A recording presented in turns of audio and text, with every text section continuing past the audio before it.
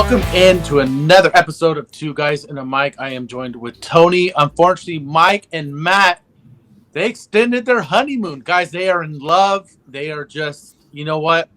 What can I say? We can't hate on that, right? They reversed their roles this week. Now I think Mike's a bottom and Matt's a top. They were the first left. Mike will always be a bottom. Period. Yeah. But anyways, so this episode, we're going to go ahead and we're going to jump into our favorite trades. Even though there weren't too many, there's some trades I think are going to make a pretty good impact for some of these teams going on a playoff run. Also, some trades that were kind of questioned. And also why some other players weren't moved.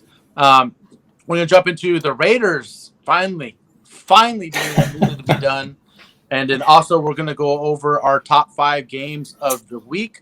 So let's just go ahead and jump into this trades, Tony. Well, first off, how are you doing? I'm doing great. Way better this week, and we'll get to that when we get to the Raiders stuff. As you can see, I'm decked out again. Yep. I think if you saw me, I was decked out with Raider stuff before the season, and as the season went on, it got worse and worse. I was almost going to come on with no Raider apparel at all, but now we're back, baby. Super Bowl bound. But all right, you can shut the fuck up. Don't. Please don't. Please. We just lost all of our fucking viewership right now with that one comment. So, anyways, the first trade I got here on my notes, we got Rasul Douglas, the cornerback. Bills desperately, after all the injuries that they've had, they had desperately needed to make a move in the secondary. Oh, yeah. I think this is a good pick. And here's the thing: the Bills are sending off a third, what could be probably a late third. They're also receiving a 5th from Green Bay. Green Bay is, I don't know what they're going to do, but that's probably going to be an early 5th. So I think it's a really good trade for the Bills. Mm-hmm. They're not losing too much draft capital, and on top of that, they're going to go ahead and address a need. I think this is going to be a good impact move. What are you feeling on it? Yeah, no, I feel like this is something that was much needed on the Bills defense. If they didn't make a move for not even just their secondary, but anything on defense, I would have been very surprised, only because the injuries that they've had, they're always competitive. They're always ready to go, but they can just never make that next step. And I think that the defense being so injury riddled this season, that they needed to do something at the trade deadline in order to just even stay relevant. Just because we talked about it last time, their inconsistencies, their defense saves them sometimes. And so, yeah, Josh Allen can go off and carry the team on offense. It's so inconsistent, you don't know what's going to happen. So I think this Douglas trade is good for them. Like you mentioned, late 3rd for basically an early 5th. And I think if they do really want somebody in the 3rd, they can use that early 5th and pair it with something to go into a late 3rd or a mid 3rd anyways to get it if they want next year. So I think it'll be good. Yeah, second one on my list, we got Chase Young. Going to pair back up with Nick Bosa, college teammates. Apparently, from what I heard, that the Commanders were trying to get the Niners to take both Young and Sweat in a package deal. They were trying to, you know what Imagine? I mean, if you really think about that, like that would have been crazy for that defensive line. You know what I mean? But and honestly, I don't know who I would have wanted more. They both are going to be pending free agents. Sweat is having the better season, but I think sending off a 3rd for Young was the better deal because we still get to keep our 1st and 2nd. Yeah, Niners are going to need that. They're going to be probably hurting cap space here in the next couple of years, and they're really going to need some rookie contracts going on. You know what I mean? They're probably going to need some of these rookies to start. So with that, I like the trade for the 49ers as long as Young can stay healthy. That's been his issue. It hasn't been when he's on the field, he produces, but when he's not on the field, it's like, what the point? And it is, and this, you know what, this reminds me of the Emmanuel Sanders trade that the Niners did a few years ago when they made that Super Bowl run. It's obviously going to rental. They're not going to be able to afford to pay him. Mm-hmm. But what I like about this for Young is that he's going to really get to showcase his talent. He's going to see more one-on-ones than he's ever seen in his career. Oh, yeah, because everyone's going to be going after Bosa. Double teaming Bosa. So he's going to be able – I think this was massive pickup for the Niners. At the same time, the couple things that I was reading is his attitude. Like he's a Raider. Like you know what I mean when I say that. Everybody knows what I mean. He's a Raider. He got problems. I mean, people will talk about his attitude and his just doesn't care for the coaching. I hope Kyle Shanahan can change that, or at least get him to listen for the end of the season. Maybe that's why he left. I think the Commanders finally just gave up. Like their season's over, and they're just like, so. They sold both their top defensive ends. Come on, their defense is going to get destroyed every game now. And so, great for the Niners, but I just hope that he pans out. They're not going to be able to pay him, like you said, but I hope he pans out for this season because the Niners, at the end of the day, they deserve to go to the Super Bowl, man. I think once Purdy picks himself up and gets back to who he needs to be to just carry them to the playoffs and to the Super Bowl, they win that Super Bowl. Their defense is dominant. And now they need to get back to dominance. I think Young takes them to that level. Yeah, I agree with that. So one trade that nobody I haven't heard too many people talk on, but I think was a really good move is that Ezra Cleveland, the offensive guard, going from the Vikings to the Jags for a 6th-round pick. The Jags needed a little bit of interior help on the offensive line, and he's going to go ahead and provide that. He's only 25 years old. They're only giving up a 6th-round pick. His contract is ending, so even if they don't re-sign him, I think it's a good rental for this year. It's just like I said, it's something that they really needed a little bit of help on. They got it cheap, so why not? He's only 25, so if he does play well, they might be looking at whether it's going to be the left guard or right guard. He can play either one. So I think anytime you can get a guy that's versatile and can play multiple positions, it's a win in my book. Yeah. What confused me, because it confuses me about the next trade we're going to talk about, the Dobbs trade, right? Why trade your starting guard when you trade for Dobbs? Like, it doesn't make any sense. Like, you trade for Dobbs to try. I mean, that to me, that tells me they're not giving up on the season. Dobbs, I mean, did very well for what everyone thought he was going to do, and then you trade one of his protectors. Like, that doesn't make any sense. I don't understand it. It's good for the Jags, but I don't understand it when it comes to the next trade we're going to talk about. So yeah, I mean, Dobbs going to the Vikings for a 6th-round pick. I'm excited for Dobbs. I'm excited for him too. I mean, this guy went from a nobody to being the starter for the Cardinals and playing way better than anyone thought. They might be a 1-win team, but that offense has not played like a 1-win team. You know what I mean? I mean, obviously he's not Kirk Cousins. I don't know. The Vikings I kind of feel like they're looking at themselves like, are we a playoff team? Are we not a playoff team? Can we make a run? Can we not make a run? I don't know. I don't know. I mean, they're getting Justin Jefferson back. So I think this is good for Dobbs because I think he's going to get an opportunity to prove that he can at least be a backup role somewhere in the NFL. And I think this is going to go ahead and just get him his career. I mean, he's not super young, but he's got some years left in him. And I think he's going to be a solid backup for someone after this season when he signs. So I'm very happy with him. Again, 6th-round pick going to the Cardinals. Much deserved. Back. What do you think about Kyler Murray? What do you think about? I don't know, man. Time will tell. I don't. My opinion on Kyler Murray has not changed. I don't think he's exactly what everyone thinks he was or was going to be. More hurt than not. Playing too much Call of Duty. Everyone knows that joke, right? I feel like Kyler Murray is not nearly as good as he should be. And I don't know if it's the off-field distractions or the injuries or the competition that he faces when he comes up against other great quarterbacks. I don't know what's up with Murray. I don't think he's the answer personally. So, and with the Vikings, I know that they're in cap trouble and stuff like that, but once Kirk Cousins leaves, they won't be as much in cap trouble. If they could have made it work, man, that would have been awesome if they had actually traded for Kyler Murray. Yeah, that would have probably elevated their offense. I think that would have made. I would have liked to see Murray better on the Vikings than the Cardinals. I believe his weapons are like at the next level with the Vikings, not necessarily at the Cardinals. I mean, you got now Jordan Addison, who's competing at an elite level, and then you get Justin Jefferson coming back. I think those two they're way better than when Murray came into the league, he had DeAndre Hopkins, not DeAndre Hopkins, Larry Fitzgerald. Sorry, I have to meet the old people, right? Fitzgerald hit aged Fitzgerald. Also, yeah, Zach Ertz came in late, and the old guy. He had all these old superstars. They were superstars in their prime, but they weren't in their prime. And so I don't think he's had elite talent to throw to. I think Marquise Brown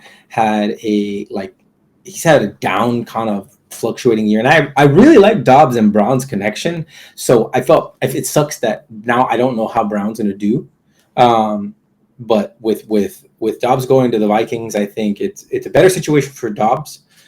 He'll be able to shine more. But Murray, I don't feel like the Cardinals take a step up with Murray. I think they stay in the same place, if that. Yeah, and the weird thing about the Cardinals is that, like, I don't know if I would have even brought Kyler Murray back, because it actually kind of gives you more of an opportunity to win more games. Yeah, and kind of mess up that maybe top 3, top 4 draft pick that you're looking at, which the Cardinals desperately need. You know, they have a lot of holes in on that team on both sides of the ball, and so like I said, they probably should have just started from scratch, got rid of Kyler Murray, get some good draft capital for him, and just gone that route. But it's whatever. Big move for the Seahawks, and I called this a few weeks ago, saying that this is something that they desperately need, because I want to say they're a bottom 5 team in quarterback pressures. Yeah, they're not good. And that's why their secondary has been kind of getting eaten up a little bit, because they're just not getting pressure on the quarterback. So now bring in Leonard Williams from the Giants. Seahawks are sending off a 2024 second and a 2025 fifth, and the Giants are also paying majority of Russell Williams' contract this year, which is $10 million. They now, from what I've heard from most people, they do believe this is just they're just gonna borrow him for the year. He's gonna be gone after this year. They don't think they're gonna be able to re-sign him. I think he's gonna bring for a second though. A second for a rental for a second. It's not like the Seahawks are gonna win the Super Bowl. Like I don't know. They're actually in first in the West now, because I know, but I don't feel like they can compete against, like, I don't know, Bengals. I mean, they might re-sign him, but they're going to have to re-sign him before the season ends. Yeah. Because if this man hits the free agent market, he's going to be very expensive this time. Oh yeah, very expensive. I think he's going to want top dollar. Yeah. I like this trade a lot. He's a great player. Great guy. I don't personally know him anymore. I mean, most people don't know this. I tried out for the USC football team when he played, and I made the team for a few weeks, and then I was basically told to choose school or football. But he was the very first person I met when I was at the locker room. So I went in the locker room very early morning, trying to make an impact. You know, and be here early, want to see what's up. And I was an engineer, man. I was in there early studying for a midterm that I had that day. And I had like my folder open, and it said astronautical or astrodynamics, or I forgot, like thermodynamics and statistical systems. And I'm sitting there reading the I don't know what I was reading, I don't remember, but I always remember Leo walks in. Mind you, I'm 20 years old. He's 18. The dude's hand consumes mine.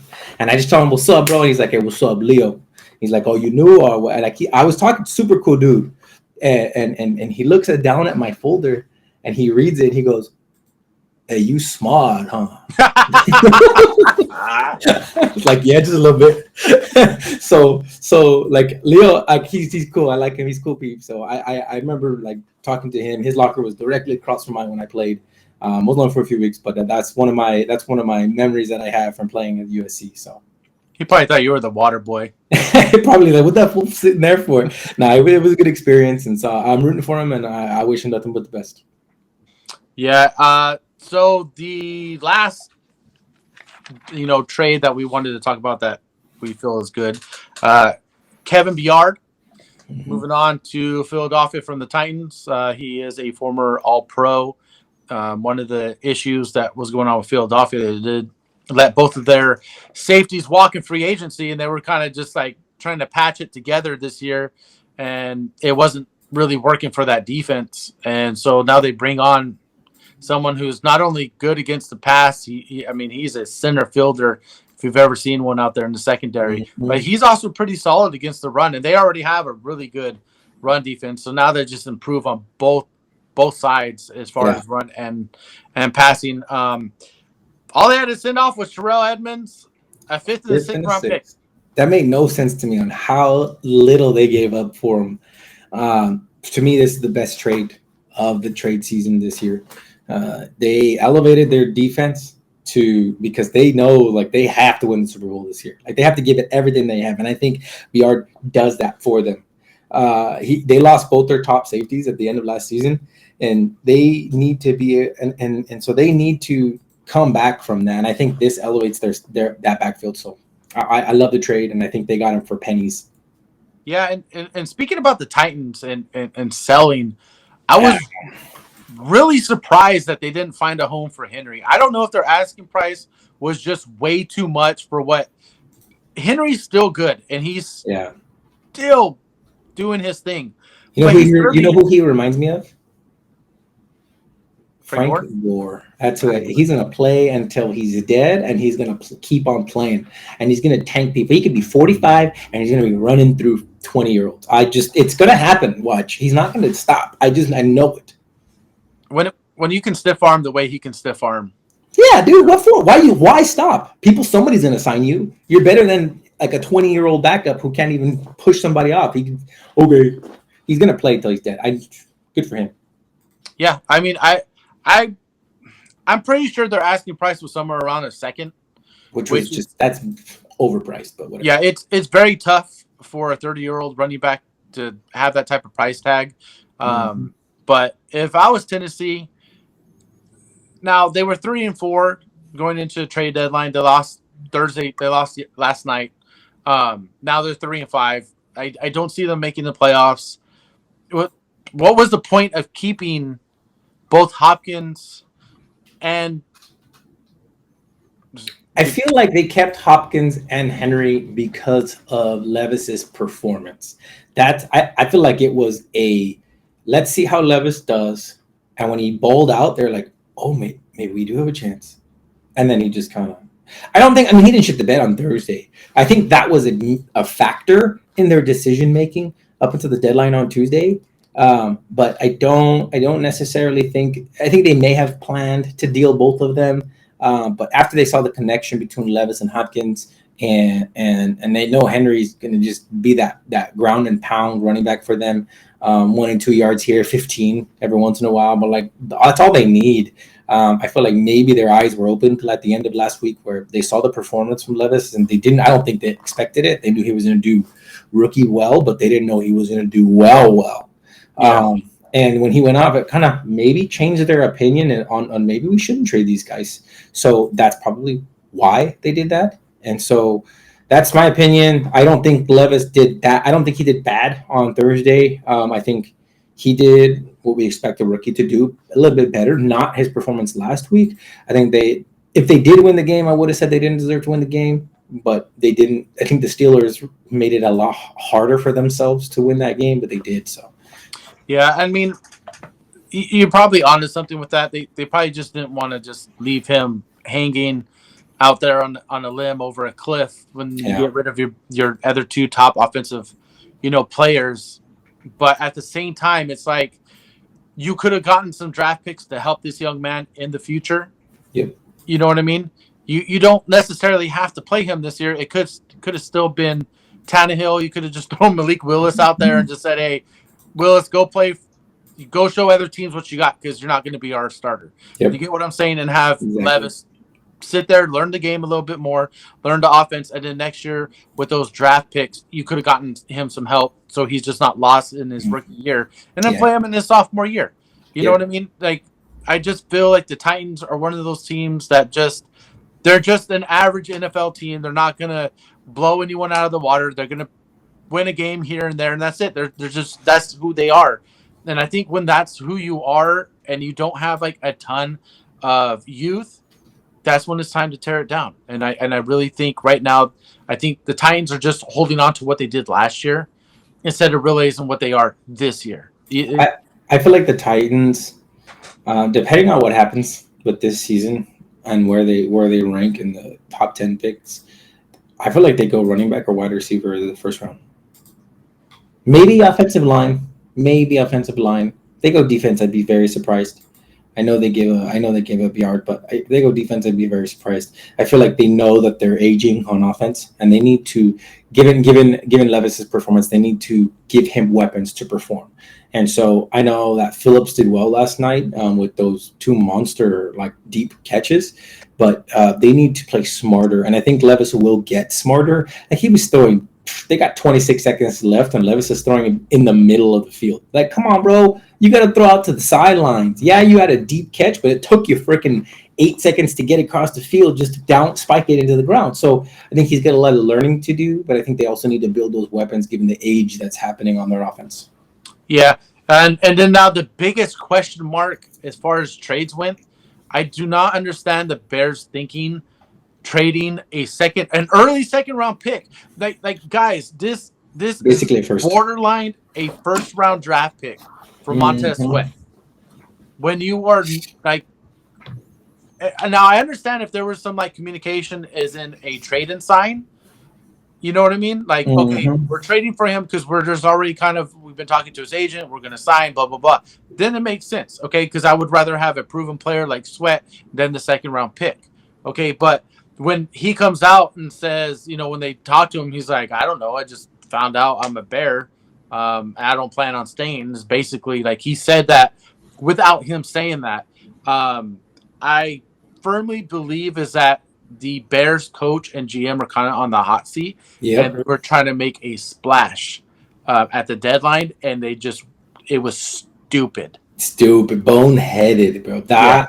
It sucks because with Justin Fields playing better on offense and with their offense trying to play better, I think that splash they wanted to make was on defense to try to help them. With Justin Fields coming back hopefully soon, I think it sucks that they're gonna try to make a run because their playoff hopes are dead. But I feel like they tried to make that splash on defense, like you said, and it's not gonna work out for them because at the end of the day, they're just gonna end up with the top 5 pick again. And they have 2 of them. Don't forget they have Carolina's pick and they have their own. So as of right now, they have the number 1 draft pick again. If the season were to end, I feel like that's why they're going to trade that pick. If they don't need a quarterback, they're going to trade that pick to somebody who does. Well, here's the thing: do they believe in Fields? If Fields balls out for the rest of the season, I think they do. I don't think they do have a quarterback. Well, I think that hand injury is could affect his throwing for now. As of right, I don't know if it's a right thumb. Yeah. Yeah. So that's why he hasn't played the last couple of weeks. Yeah. But at the same time, it's like, do you really? Because I think Fields really hasn't shown much improvement this year. He had like two games where it was like, oh, that's why people were taking you high in drafts. That's what we wanted to see. But then he got hurt, and it's like, wow. Yeah. Damn. So I think it's going to depend if the coaching ends up staying at the end of the year, if whoever they bring in believes in Fields as well. Yep, I agree. Because who knows what Fields could bring as far as trading him. Yeah. If you trade him away and you have the number 1 pick, so you can go out there and you can do whatever you want. You know what I mean? Yeah. And trade Fields. Yeah. To me, that's kind of a win-win. You know what I mean? Because somebody will pay second round for him. They could probably get a second round for Fields. Yeah. So you might get a desperate team. You might get a first for him. I hope it's not the Raiders. I hope it's not. Oh, he looks like a Raider. Don't even start with me. Speaking about Raiders. Woo! Wait, Tony, because this most is your exciting week of the NFL season happened. And now I'm so happy that Josh McDaniels and Dave Ziegler got fired. Both of them, nobody wants them there. Both making awful decisions. It's no longer trying to force the Patriot way onto the Raiders. This is the Raider way. I think them being gone is definitely going to elevate this team. And when I say I'm back to being a Raider fan. We're going to win the fucking Super Bowl, bro. I don't care. Like, it's Raiders all day, and I want to say it loud, but my son's asleep, so I can't.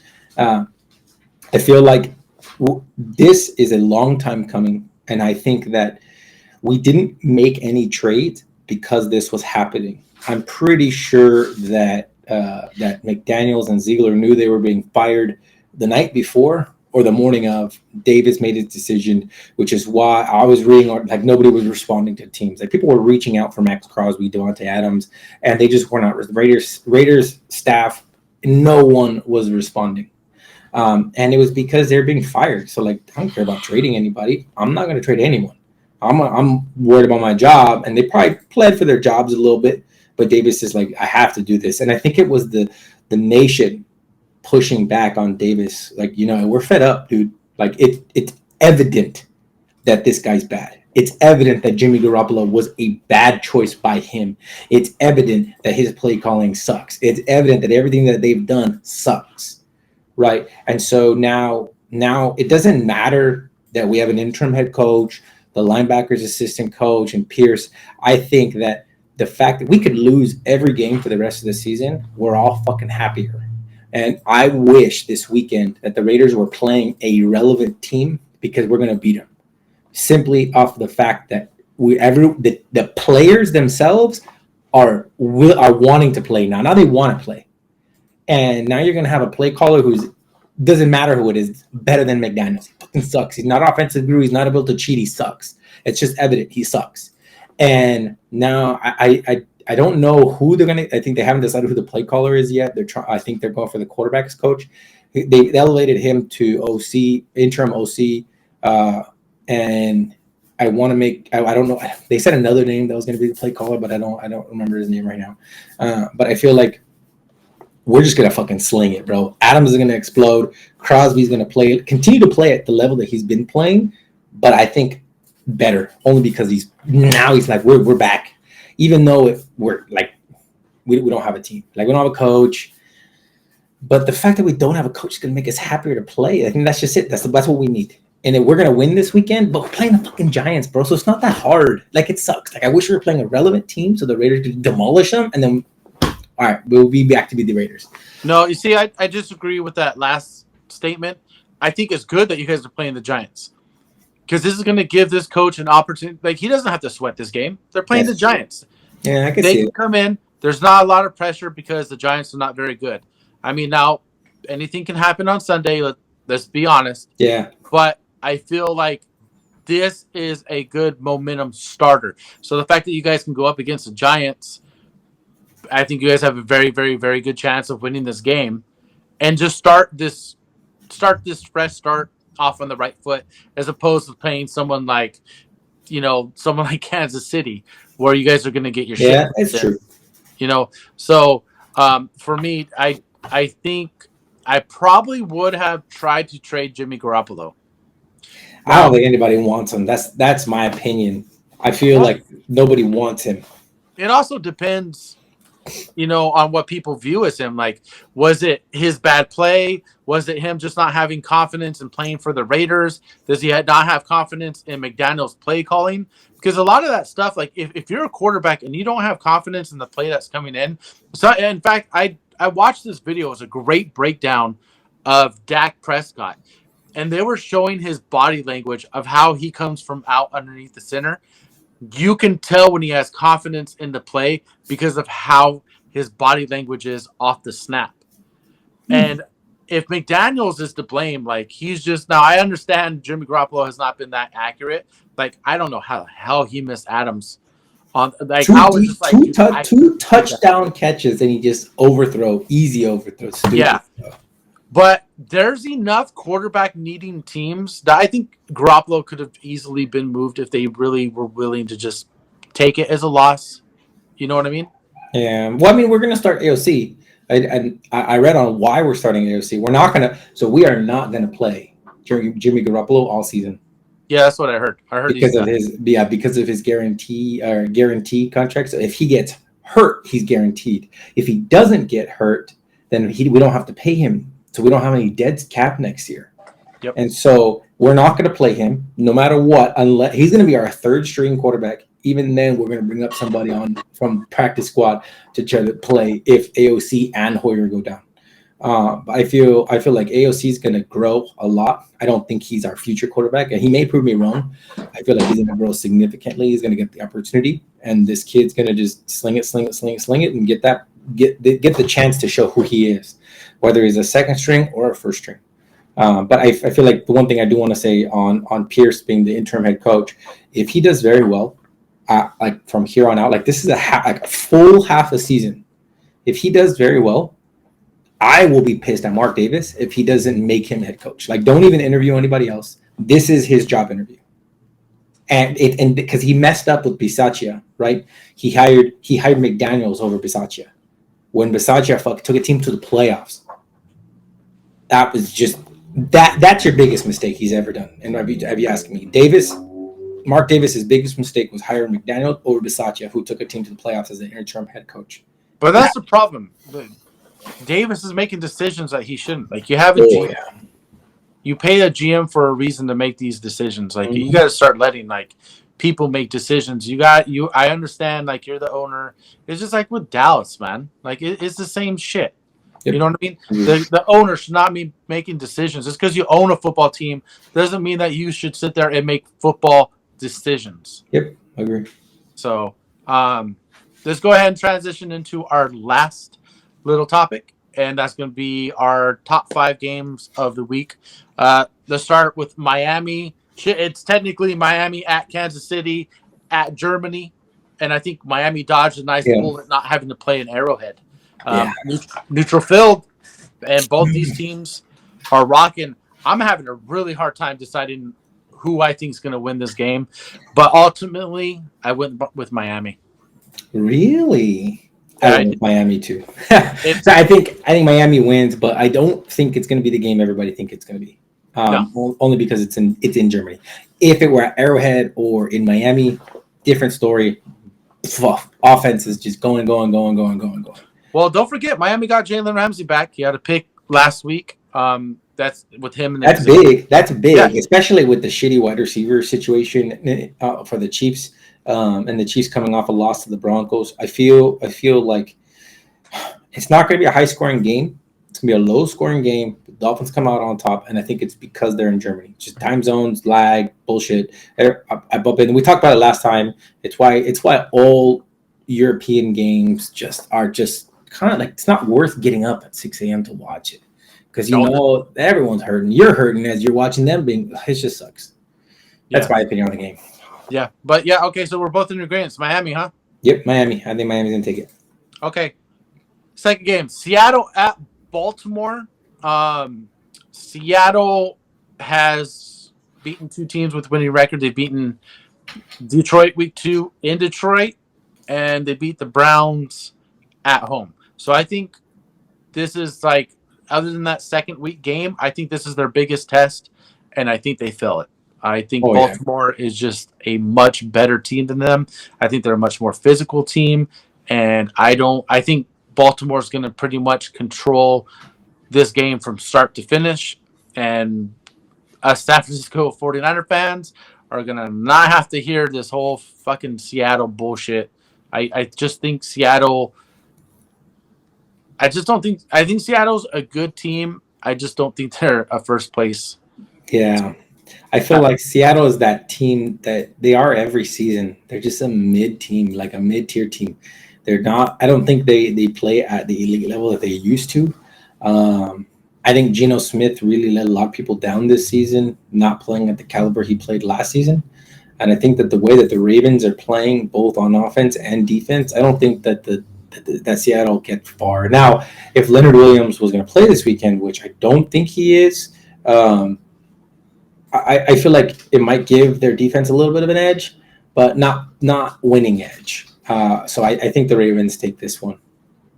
Yeah, and here's the thing. Seattle reminds me a lot of Dallas. Yeah. Where they win games, they make playoffs, but the other NFL team that's facing them doesn't fear them in the playoffs. They're like, okay, yeah, you had a good season, you made the playoffs, but we're gonna beat you. That's kind of like when I look at Seattle, that's how I always view Seattle. Yep. So that's just what I got. I got Baltimore. You were agreeing, Baltimore. Yeah. Moving on. Speaking about Dallas, Dallas at Philly. Now, the reason I wanted to talk about this game is not so much that I think Dallas is going to win this game. Dallas needs It's not want. Dallas needs to win this game because there is much more in this for Dallas than there is for Philly. Okay, because if they can beat Philly, Philly's 7-2, Dallas is 6-2. Okay, now you're right there with them, and not only that, you went into Philadelphia and you beat who everyone is right now calling the best team in the NFC. This is a make or break game, in my opinion, for Dallas. I know it's early in the season, about halfway through, but this game has much more implications for Dallas. I really feel that Dak Prescott needs to come out and he needs to ball out. People forget he's playing for a contract. Yeah. And he has not been able to get past Philadelphia. He can't. He has not been able to beat good teams. And this is his year to prove. Like, this is his 8th year as a starter. Yeah. I feel like Dak Prescott was never the answer for the Dallas. But I think this is one where we're going to switch, or we're going to be opposites. I feel like Philly takes it because we know how Dallas has been playing throughout the year. But I will say this. Dallas-Philly games every year are fun to watch. They're just high scoring. They are division. That's a division rivalry right there. That's a division rivalry.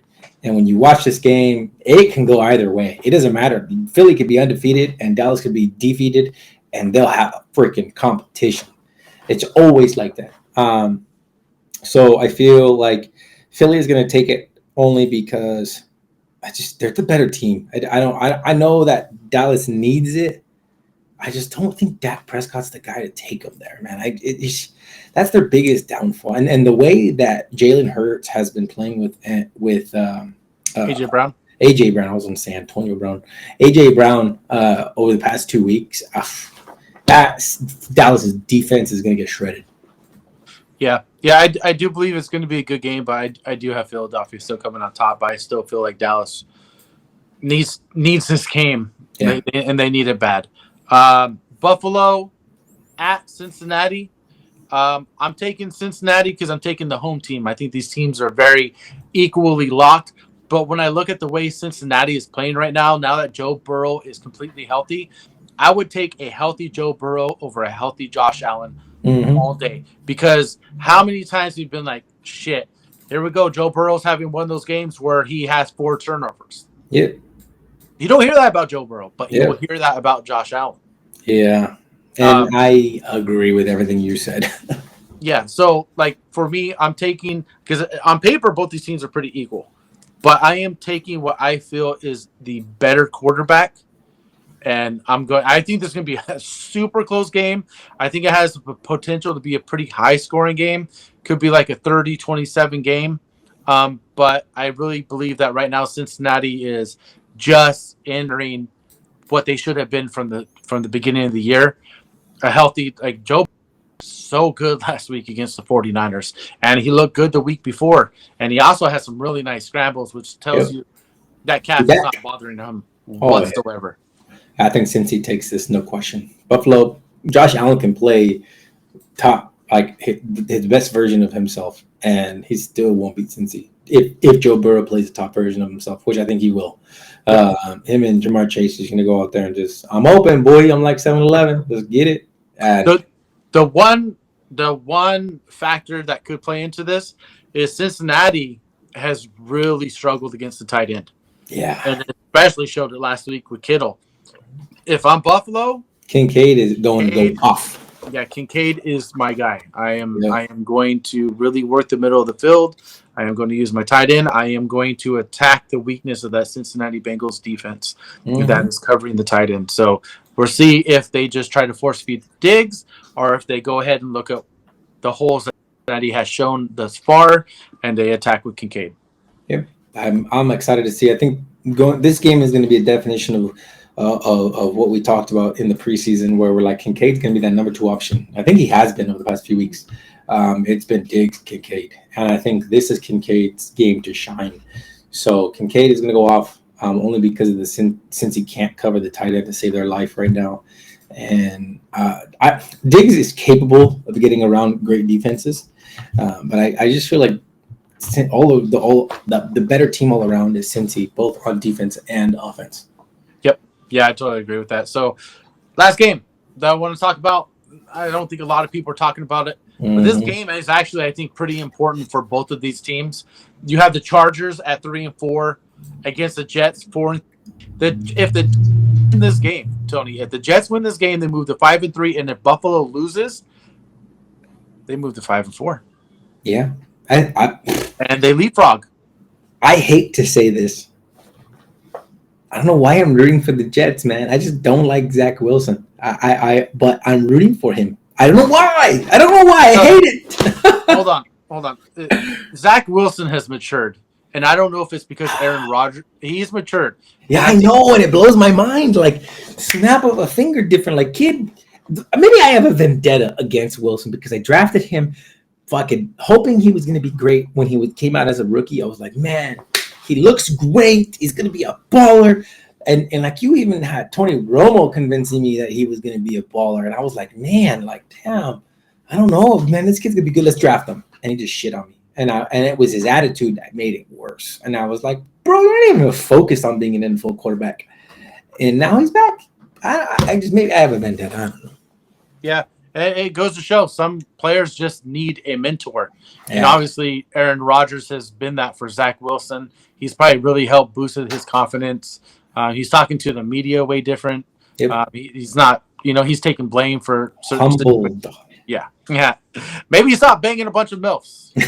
Have you seen his girlfriend? She doesn't look over 50. But the Chargers, man, the Chargers lose this game 3-5. I hope the Chargers lose because the Raiders need it. Oof. I mean, you're talking about a team everyone had picked to go deep in the playoffs, and they lose this game. They got a fucking solid chance of missing the playoffs. Oh yeah. Like I just feel like we're the Broncos. The Broncos aren't on a bye, are they? Broncos might be on a bye. Oh well, I don't see them. I'm not even sure. I'm not even sure. I think they might. Yeah, I think the Broncos are on a bye, but I feel like if they lose, this helps the Raiders so much. Like, so much. For what? So, you guys ain't going nowhere? What? So bitch, I can hope. I'm back to being the normal Raider fan, bro. We're going to the Super Bowl, and we need it. Every game. Every game. Sell everybody. Nah, bro. Keep everybody Super Bowl bound. Let's go. Whatever. All right. That concludes our Friday episode, which will be dropping Saturday. Yeah, we hope you enjoyed the show. Again, maybe Mike and Matt will be done honeymooning and they'll be back to discuss the week's next, this week's games on Monday. Not even two guys in a mic anymore. It's just two guys.